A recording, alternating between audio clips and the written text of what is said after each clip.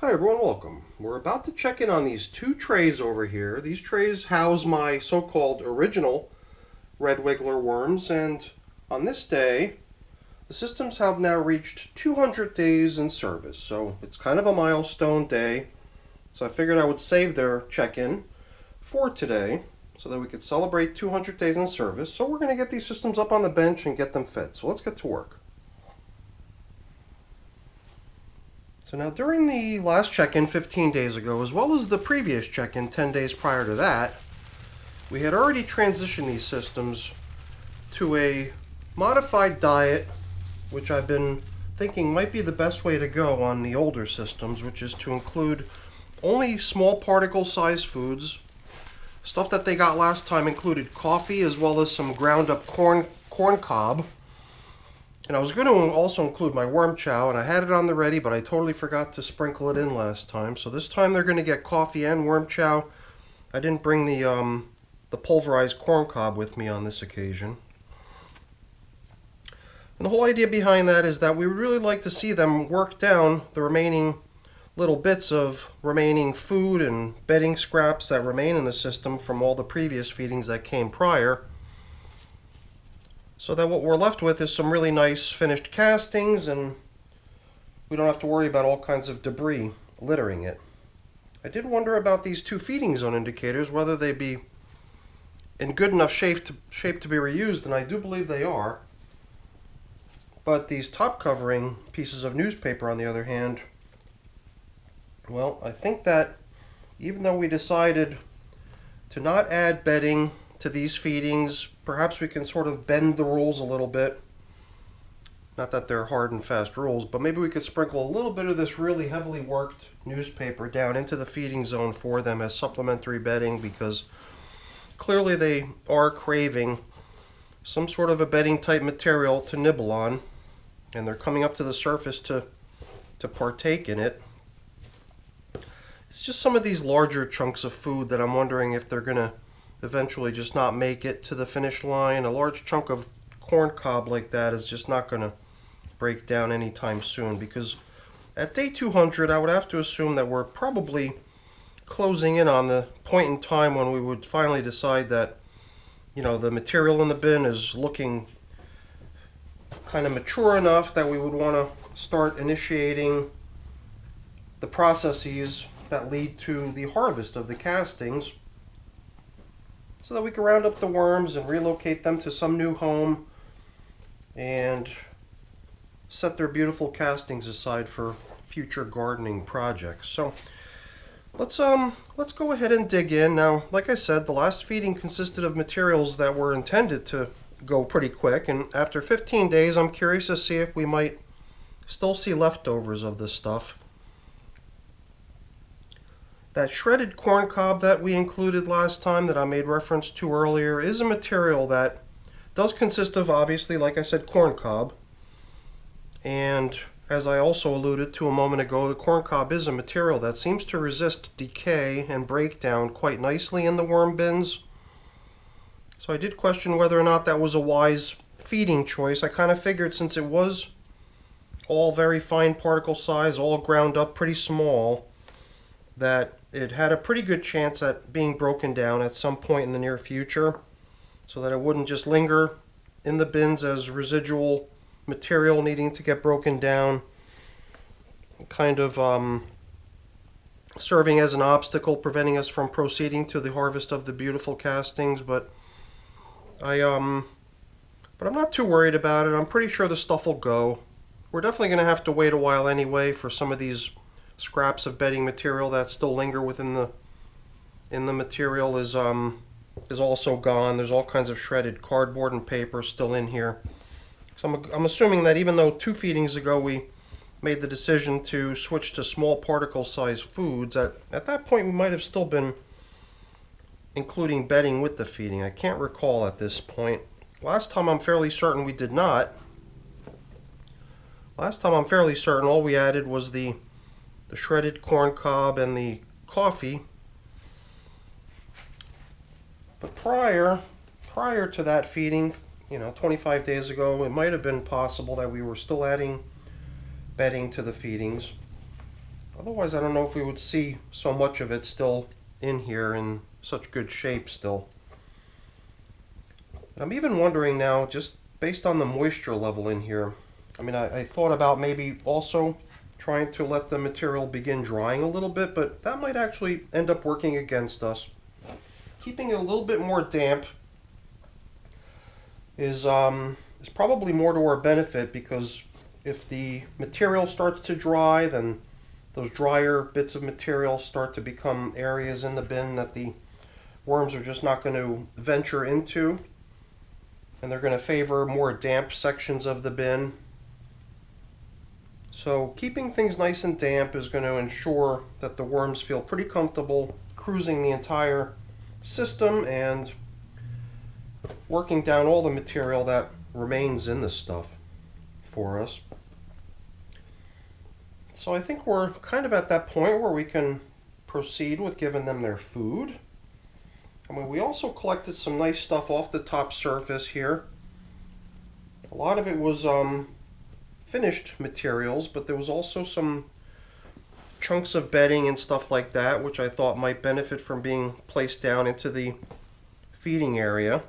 That was kind of the reason I sort of pulled it all together in the very beginning, thinking that that too would serve as nice foundational bedding material to include down in the feeding zone. And let's not forget, we wanted to take this stuff that was out on the surface and also include it as a little tiny bit of supplemental bedding to go along with their feeding today.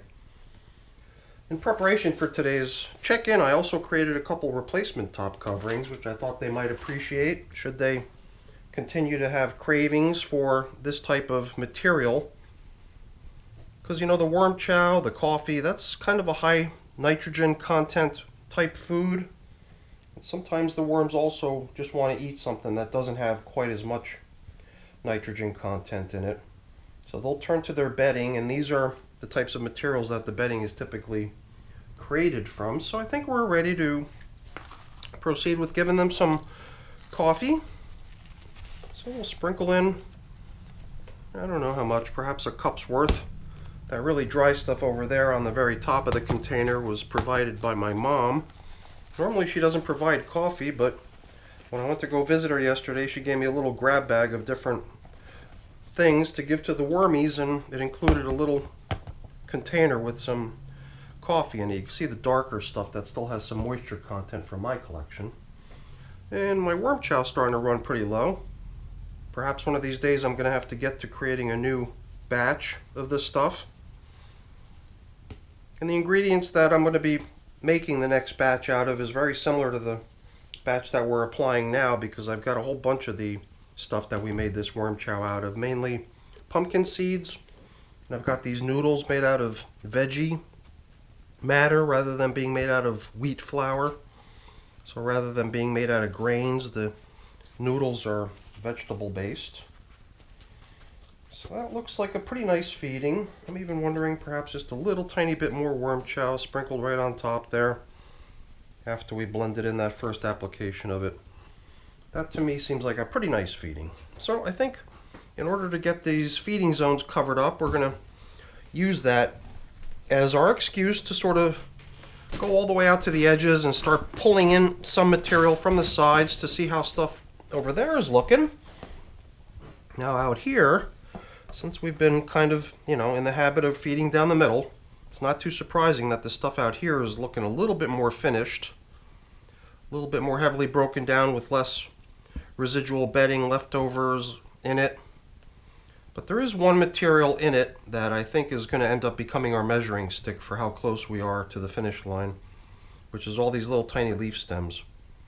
I must have pretty recently used leaves as bedding, and while the worms, they nibble off all the leafy matter, the one thing on the leaf that they're going to take a little bit longer to break down is the stem of each leaf. So I'm starting to get this feeling like perhaps the leaf stems are going to take them a little bit longer to break down. And once they do, I'm guessing by then most of all the other stuff that still lingers within the system is going to be gone for the most part too. And perhaps the only things that were going to be remaining as leftovers are chunks of corn cob like this piece here. Seems very unlikely that something like that would break down anytime soon. It's just going to take some time. And at this point, I think it is probably best just to leave them as whole chunks so that it would be easier to exclude them, perhaps through some sifting from the finished product. Because in the end, it would be nice to have a finished product of just castings, not castings that are full of all kinds of bedding bits and food debris. So I guess in the interest of being able to at some point sift those bits of leftover food out, I'm thinking it might be best just to leave them as whole, larger sized chunks that can easily get caught by my sifter. So now I'm just also tilling up this edge closer to me, finding very similar materials, really nice, rich looking stuff. Here and there my fingers bump into a piece of material, and there's something about the corn cob that's just so distinct, you know, just the circular arced shape of it. It's like your fingers can almost immediately recognize what it is once you bump into it. And like we did earlier, we're just going to leave it whole, or leave it intact, and not break it up any further, because it does seem very likely that at some point in the future we're going to be pulling that stuff out with a sifter. But hopefully by that time, all these little bits of residual shredded paper and cardboard, all these little bits of residual leaf stems, and any other little bits of residual material that we see here and there will have all broken down into beautiful castings. So things look really nice over here in bin number 2. Let's give bin number 1 over here the similar tilling up of the far end over near me. Well, far end from your point of view, I guess. At the same time, we're kind of aerating. We're also kind of bringing some of the more damp stuff that's down low up high, giving all the material a nice chance to blend together and equalize in moisture content. It does seem to me like the moisture content in this material is a little bit high, like I mentioned earlier, but I think that's to our benefit in the long run. So protecting that moisture with the plastic coverings, I think, is going to be a good idea. Keeping that moisture locked in down within the system so that the worms can feel really comfortable exploring the entirety of the system to continue breaking down materials for us. And we'll be checking in a few more times, I assume, continuing to find further and further progress of this material, fewer and fewer scraps of leftover bits of stuff, and eventually we might decide that it's time to either just jump straight into migrating the worms out of the material, if the material has gotten to that point where we think it's really nice already, or perhaps just withholding feedings for a little while and allowing them go through a process of what I consider to be foraging, which is just sort of leaving the bins untouched for quite some time and letting the worms really focus on residual leftover materials that are still within the bedding, and periodically checking in but not giving them any food, perhaps stirring up the material to make sure everything's well aerated, and then letting the worms polish off all the remaining little bits of stuff that remains. So that's our check-in now with our 200-day-old bins with our original red wiggler worms, doing a really nice job in here. I think we're probably in for a few more weeks at least before some of those things that we'd like to see further broken down get to that point where we can hardly see it really. I think that'll be the measure, is that we look in here and we don't really see leaf stems, we don't really see bedding bits, we don't really see much of anything other than finished castings. Now we can start thinking about moving these little guys out. So that's it for our check-in, everyone. Hopefully you enjoyed the video. If you did, as always, please don't forget to leave me a quick thumbs up before you go. That's always really appreciated. And if you haven't done so already, please also consider subscribing to the channel. That's very much appreciated as well. All right, everyone, thanks so much for watching. Have a great day. Bye now.